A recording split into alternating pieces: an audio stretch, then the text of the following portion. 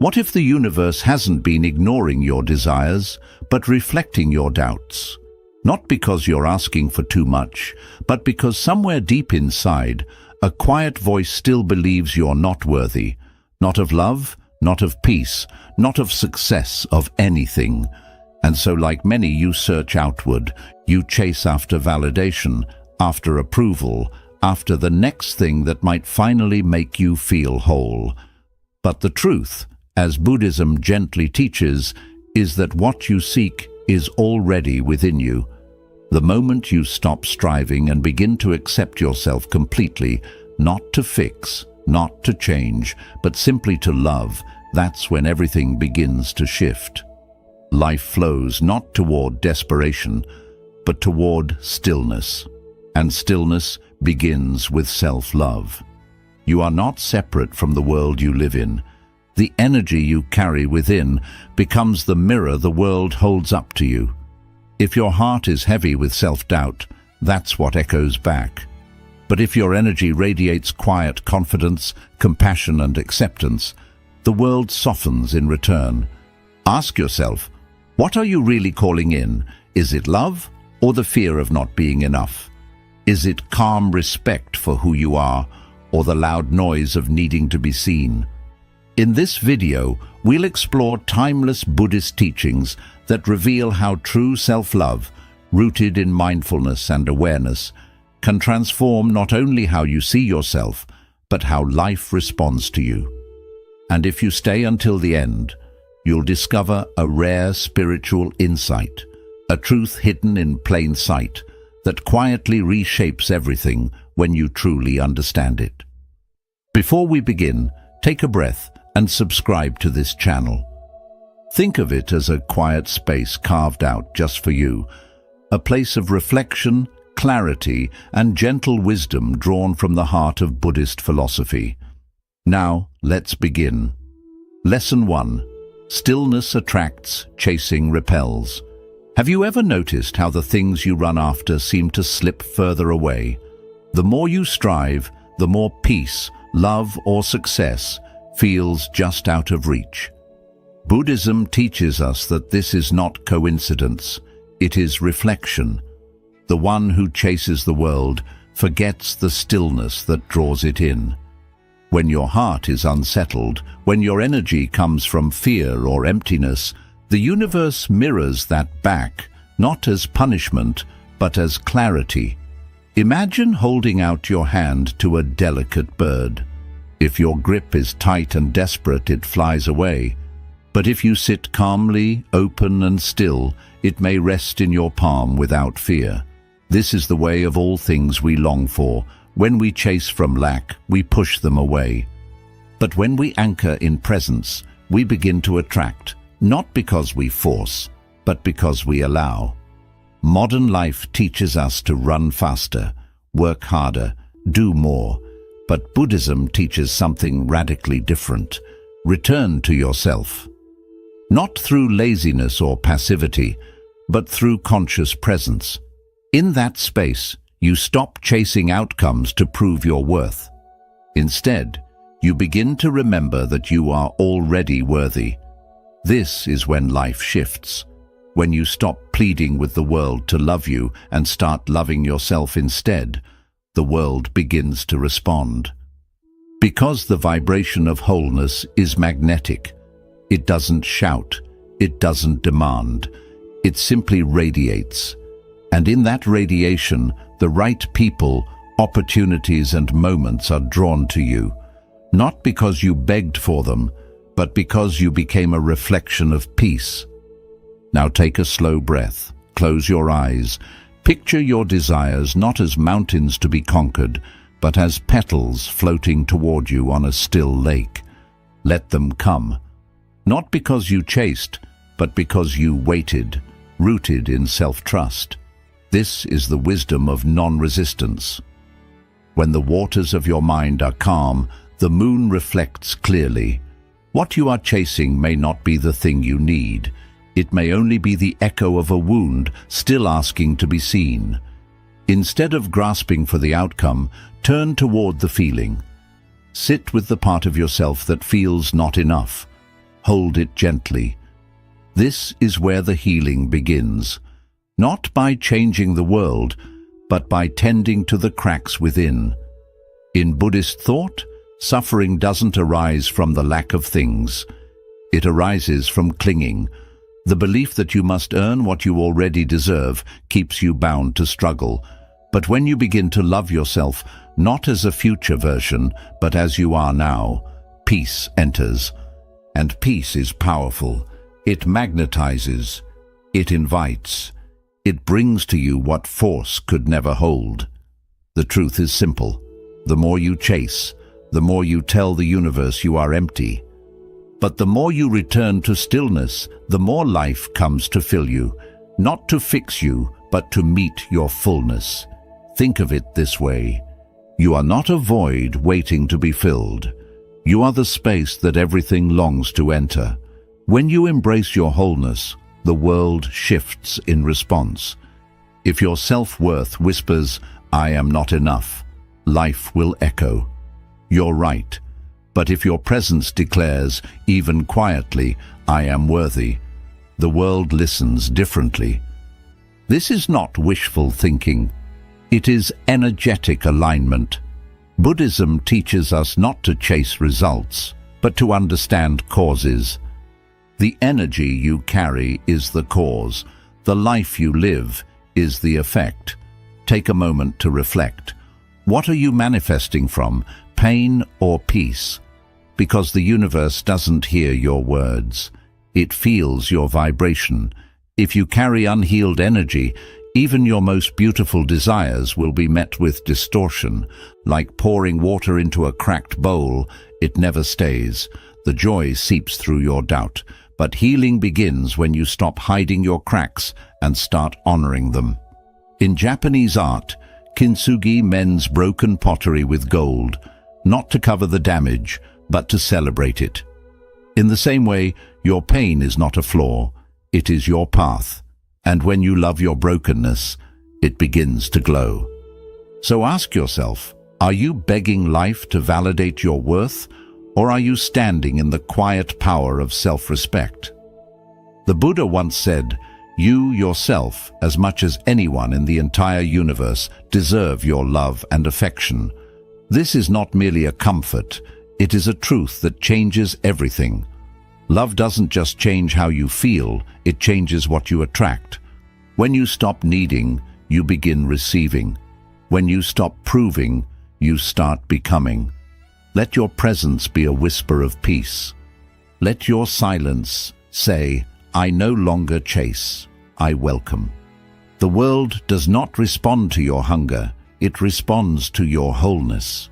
And you are not too broken. You are simply waiting to remember that the light has always been within you. The moment you begin to truly love yourself, the world begins to change. Lesson 2. The silent gravity of presence. Have you ever noticed how the most powerful things in life rarely make noise? The stars don't shout, yet we gaze at them in awe.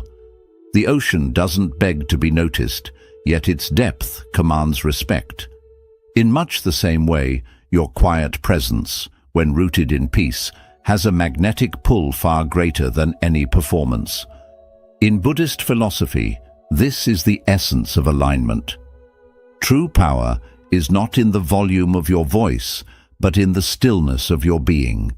When you stop reaching, explaining, convincing, when you simply return to your breath and exist without needing to prove anything, your energy begins to radiate something unmistakable. We live in a world that applauds noise. Loudness is mistaken for confidence. Constant movement is sold as progress. But beneath that surface chaos, the universe listens differently. It doesn't respond to how loudly you speak. It responds to how clearly you vibrate. Stillness is not inaction. It is deep alignment. A quiet confidence that says, "I am enough as I am." When your mind no longer races, when your heart no longer grasps, when your breath becomes your anchor, you begin to resonate with the quiet rhythm of life. And life listens. Close your eyes now. Let your breath flow like soft waves across a tranquil shore. There's nothing to fix, no audience to impress, just you, sitting in the sacred presence of yourself. That space, without struggle or pretense, is where true magnetism begins. This is not the kind of power that needs to chase. It is the kind that naturally attracts, because it carries no resistance. It doesn't plead. It doesn't prove. It simply exists, and in its existence, it glows. You may have wondered, why am I not seen? Why do my efforts feel invisible? Often it's not the effort itself, but the energy behind it. Where in your life are you being loud because silence feels too vulnerable? Where are you performing because simply being doesn't feel like enough? Sometimes the noise is not about expression, it's a mask for fear. But here's the shift. What if your presence, your stillness, your calm awareness was already enough to draw in what you need? In nature, the flower doesn't scream to attract the bee. It blooms, and the right attention comes. The mountain doesn't move to be noticed. It stands, and the sky wraps around it. Stillness isn't weakness. It's wisdom. It's knowing that what is meant for you will find you, not because you fought for it, but because you became ready to receive. When you sit in your center, the world feels that, not through noise, but through energy. And in that space, pure, clear, and unshaken, people are drawn to you. Opportunities begin to arrive. The universe leans towards you, not because you demanded it, but because your calm said, "I am whole." Stillness sends the clearest signal. It tells the world you are no longer seeking to be completed. You have remembered your own worth. So remind yourself. Being still does not mean being unseen. It means being felt deeply. When you stop performing and start simply being, you become undeniable. The kind of presence that can't be ignored, because it carries the echo of truth. The more you love yourself in silence, the louder your energy speaks. Lesson 3. The freedom found in letting go. Can you desire something with your whole heart and still be at peace if it never arrives? This is the essence of true detachment. Not a rejection of longing, but the quiet maturity to release your grip without losing your hope. In Buddhist thought, detachment is not coldness. It is reverence.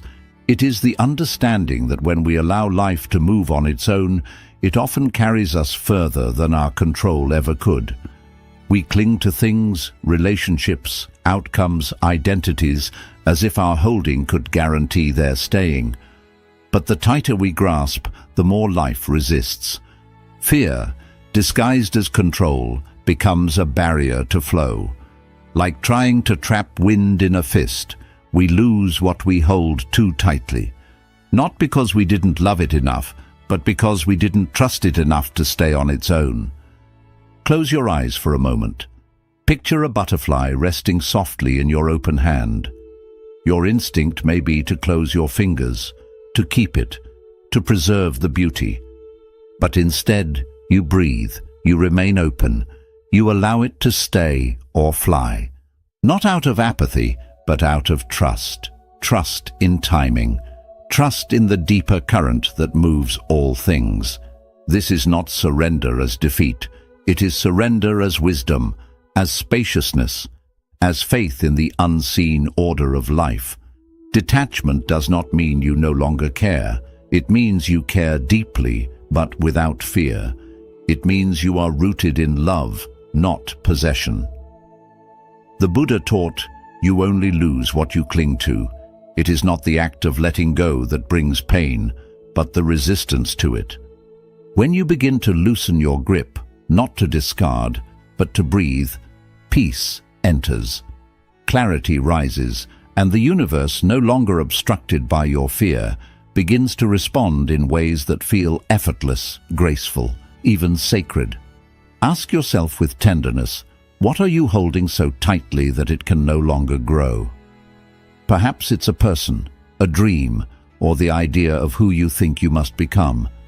Can you allow space around it? Can you let it unfold without forcing? Real love does not imprison. Real presence does not demand. And when you release your need to control the outcome, you open the door to what is truly meant for you. You are not being asked to stop caring. You are being invited to shift where your peace lives. Let it live not in outcomes, but in the now. Not in arrival, but in awareness. When your joy is rooted in presence, not possession, you become unshakable. Free to want, but not defined by what you receive. Free to act, but not bound by what unfolds. This is the path of true inner freedom, where desire and detachment can coexist, and peace is no longer a condition, but a choice. So let go, not to reject, but to honor. Trust that what is meant for you is already on its way, not because you gripped it tightly, but because you created space for it to arrive. Let your heart whisper, "I am ready," and your energy declare, "I no longer chase, I receive." The universe listens to that trust, and when you choose grace over grasping, life reveals its quiet brilliance, one unfolding moment at a time. 4. Self-compassion is the quiet light that reveals clarity within chaos. In a world that constantly urges us to fix ourselves, to upgrade and improve at all costs, there's a gentler truth whispered in Buddhist wisdom. Healing doesn't mean becoming someone new, it means embracing who you already are. What if peace isn't about eliminating pain, but about softening toward it with open arms? So often we treat our inner wounds like intruders, rushing to hide them, mute them, or scrub them clean. But maybe those wounds aren't asking to be healed. Maybe they're asking to be heard. When you respond to your pain with warmth instead of resistance, you shift from survival into presence. You stop being your own harshest critic and begin to feel safe within your own being. That shift, so quiet, so subtle, radiates outward. Because when you become a refuge for yourself, the world senses that calm and begins to meet you differently. Pause for a moment, let your hand rest over your heart, feel its rhythm, and now gently remind yourself, even this deserves love, the part that aches, the part that regrets, the part I've tried to silence, all of it worthy of compassion. This isn't weakness, this is sacred courage. To offer kindness to the parts you were taught to shame is to step into your own healing power. Most people walk around with a war inside, a voice that constantly finds fault, pushes harder, and never allows rest. No wonder peace feels so out of reach. But as the Buddha taught, hatred never ends through hatred, only through love. That truth applies inward too. So ask yourself honestly, where have you been unkind to your own inner child? Is it the voice that says, "You should be over this by now," or the one that whispers, "You're not worthy until you're healed"? Now imagine what might change if you offered your pain understanding instead of exile. Could you sit beside your sadness instead of running from it? Could you see your flaws without letting them define you? Healing begins when we shift from fixing to simply witnessing, from condemning to truly listening. When you give yourself the same compassion you offer to others, your energy becomes gentler, your spirit more grounded, and the world begins to reflect that grace back to you. Not because everything outside has changed, but because you have. You don't attract joy by becoming flawless, you attract it by becoming whole. And wholeness isn't about being unbroken, it's about no longer abandoning any part of yourself.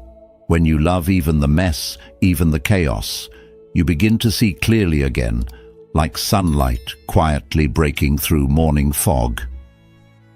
Remember this, you are not too much, you are not too late, you are not beyond repair, you are simply waiting to be welcomed back into your own heart. Once you offer that love inward, the world slowly learns to mirror it back. Lesson 5. The universe is always listening. What if every person you encounter is simply reflecting back the tone of your inner voice? Not as punishment, but as a mirror. In Buddhist understanding, the world and the mind are not separate. The outer world doesn't just happen to you, it responds to you. It echoes your thoughts, your beliefs, and most subtly, your inner dialogue. You don't see people as they are, you see them through the lens of who you are in that moment. Take a closer look. The way you speak to yourself, the compassion or cruelty in your inner voice, sets a blueprint. If your self-talk is harsh, you unconsciously accept harshness from others. If you ignore your needs, you often find yourself surrounded by people who do the same. This isn't about blaming yourself, it's about awakening. When you truly begin to love yourself, not loudly but gently, you shift the energy of everything around you. Your internal standard becomes the world's external guide. Picture a still lake beneath a quiet sky. Now imagine your reflection not in your face, but in your voice, your thoughts. What are you whispering to yourself when the world is silent? Are those words kind? Or do they wound before anyone else even has the chance? Ask yourself honestly, how do I speak to myself when no one is listening? Because the universe is always listening, and it doesn't just echo what you say, it echoes what you believe about yourself. Self-love isn't about affirmations or surface rituals. It's the sacred act of refusing to abandon yourself. When you begin to honor your own boundaries, life starts to meet you there. When your internal voice becomes more compassionate, the outer world naturally follows suit. And if it doesn't, if someone still shows up with less love than you now give yourself, you will know and you'll leave, not out of bitterness, but from deep alignment with your truth. Here's a tender question to carry with you. If someone treated you the way you treat yourself, would you stay? Let the answer guide you, not to shame you, but to awaken you. Every time you dismiss your needs or silence your truth, you teach the world to do the same. But when you shift that pattern, when you begin to treat yourself with the same care you long for, you reset the terms. You don't attract what you want, you attract what you believe you are worthy of. So speak to yourself with reverence, show up for yourself like you matter, because you do. And as your inner dialogue softens into kindness, the world begins to respond in ways that once seemed impossible, not with perfection, but with deeper harmony. When you change the way you speak within, the universe begins to reply, and the language it uses is love. Lesson 6. Peace is the frequency that transforms. Have you ever wondered why the calmest people seem to receive life's blessings without chasing after them? It's not luck, it's alignment. In Buddhist wisdom, stillness is not emptiness, it is receptivity. Just as a tranquil lake reflects the moon without effort, a quiet mind reflects life's beauty without struggle. Peace isn't passive, and it certainly isn't a luxury. It is power. True inner peace becomes a sacred invitation to the universe. It tells life, I am open, I am ready, not through force, but through faith.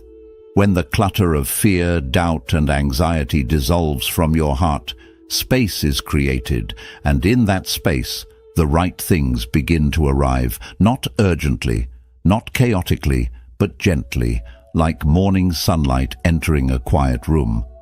Picture yourself in a silent forest, no deadlines, no pressure, just the breath of trees and the hush of the earth. In that silence, something shifts. Maybe a truth rises from within, maybe you realize you've been enough all along. In stillness, we meet ourselves without the noise, and that's where clarity is born. But here's the paradox. Many run from peace, not because they dislike it, but because peace removes the distractions that numb. Noise becomes armor. Busyness becomes an escape. We fill our calendars and minds to avoid confronting our own hearts. But peace, real peace, asks us to stop running. It invites us to see, feel, and soften. Those who walk with quiet strength are not untouched by sorrow.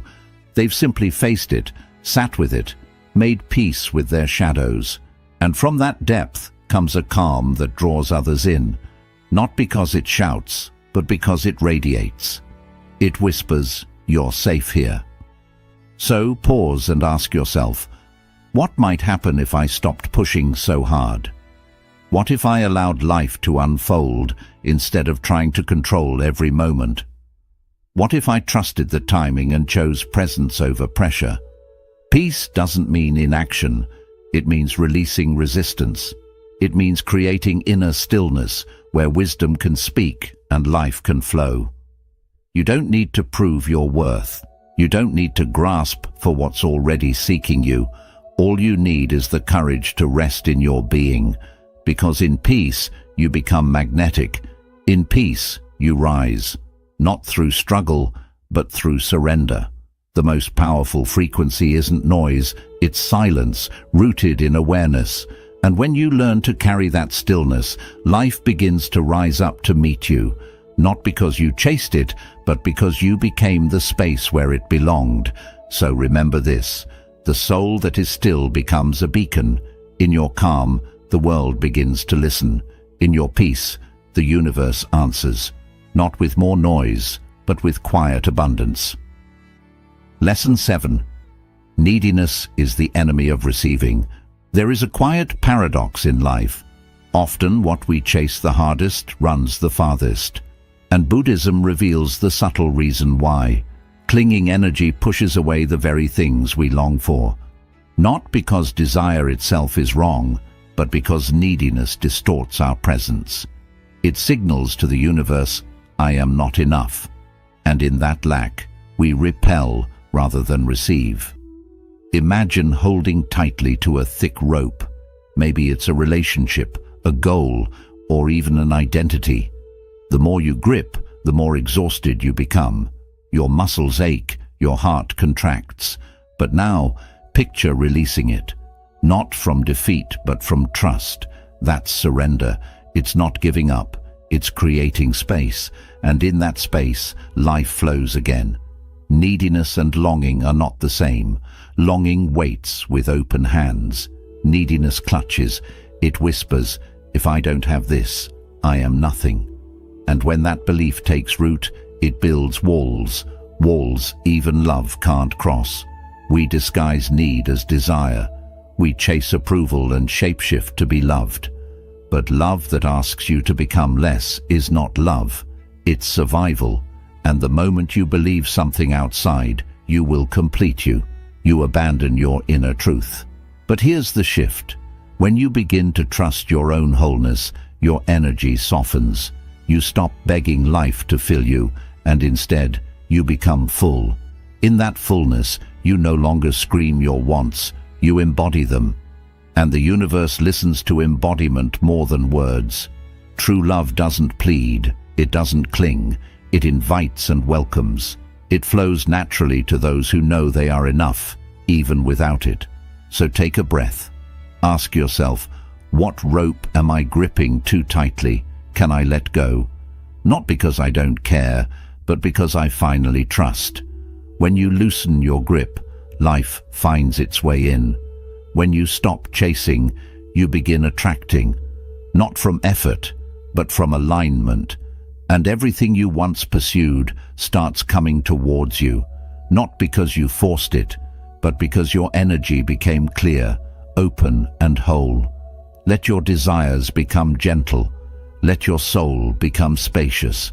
Trust your completeness, and you'll watch the world reflect it back. Lesson 8. Become what you wish to receive.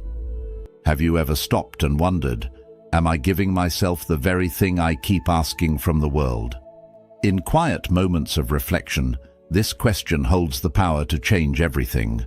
In Buddhist wisdom, the world is not apart from us. It's a mirror that gently reflects what we carry within. We don't attract what we want, we attract what we are. So if we long for love, we must first learn to be loving toward ourselves. If we seek peace, we must stop feeding our minds with noise and comparison. If we wish for abundance, we need to loosen the grip of scarcity in our thoughts. Many times, we ask for the light while still holding on to the darkness we refuse to release. We pray for connection, yet quietly turn away from our own hearts. Imagine, even for a moment, your future self, not someone far away in time, but the you who already lives with clarity, calm, and truth. What does that self believe? How do they speak to themselves? What choices do they make each day? Choices you're still hesitating to embrace. That self is not far away. They already live within you, waiting for you to step closer and meet them. You may say you want peace, yet still walk beside noise. You may long to be seen, yet hide your true self behind layers of doubt. You may yearn for deep love, yet offer none to your own soul. These opposites are not failures. They are invitations to awaken, to find balance once again, not through judgment, but through compassion. Change isn't about becoming someone else. It's about becoming more of who you truly are, beneath the fear, beneath the noise. Every small act of self-respect, every moment you choose truth over approval, becomes a thread that weaves your energy into the life you wish to create. The universe doesn't just hear your words, it feels your vibration. And your vibration is shaped not by what you desire, but by how you live. Breathe and trust that when your inner world begins to align with your highest intentions, life will answer. Slowly at first, then all at once. Not because of luck, but because of harmony. So begin here. Be the love you've been searching for. Speak to yourself the way you wish others would speak to you. Trust your own presence the way you hope others will, because when you embody the energy of what you desire, you no longer need to chase it. It finds you, drawn by resonance, not by longing. You are closer than you realize to the life you dream of. That life is already moving toward you, one inner shift, one mindful choice at a time. A bonus lesson: return to the self that was never truly lost. There is a quiet truth resting deep within your being, one that doesn't ask for change, only for remembrance. In the rush of life, we often forget who we really are. We chase worth through accomplishments. We search for love in the eyes of others. We measure our value by what the world celebrates.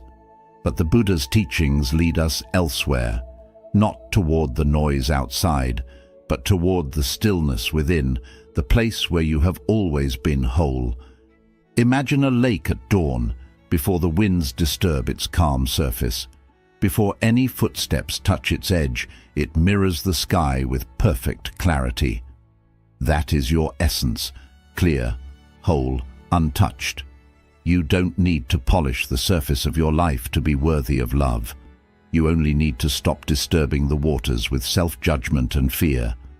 We often speak harshly to ourselves, don't we? As if we are something broken that must be repaired. But what if nothing in you is broken? What if your path isn't about fixing, but about unfolding, like a lotus rising through the mud, not because it resists the dirt, but because it reaches for the light? To love yourself is not vanity. It is a return to kindness, to gentleness, to the sacred act of seeing yourself the way the universe sees you, not as flawed, but as evolving, not as lacking, but as learning. Try this.